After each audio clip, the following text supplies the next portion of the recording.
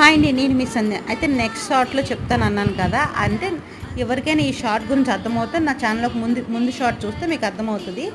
ఆహ్, అంటే అప్పుడు మర్చిపోయానని చెప్పేసి స్వామి అనుకున్నారేమో, ఇప్పుడైతే గుర్తు చేశారనమాట. ఈ కర్పూరం బిళ్ళలతో పూజ నాకొక 8 ఇయర్స్ క్రితం మా ఆడపడుచయితే చెప్పారు, ఇలా చెయ్యాలి సంధ్య అని. అప్పుడే అనుకున్నాను కానీ మర్చిపోయాను. ఈ పూజా విధానం అంతా డీటెయిల్‌గా మన ఛానల్‌లో ఫుల్ వీడియో అప్లోడ్ చేశాను. మీరు ఎవరికైనా ఆ పూజ గురించి తెలుసుకోవాలంటే ఆ పద్ధతులు, నియమాలన్నీ కూడా అక్కడ డీటెయిల్‌గా చెప్పాను. ఎవరికైనా ఇంట్రెస్ట్ ఉంటే చూడండి.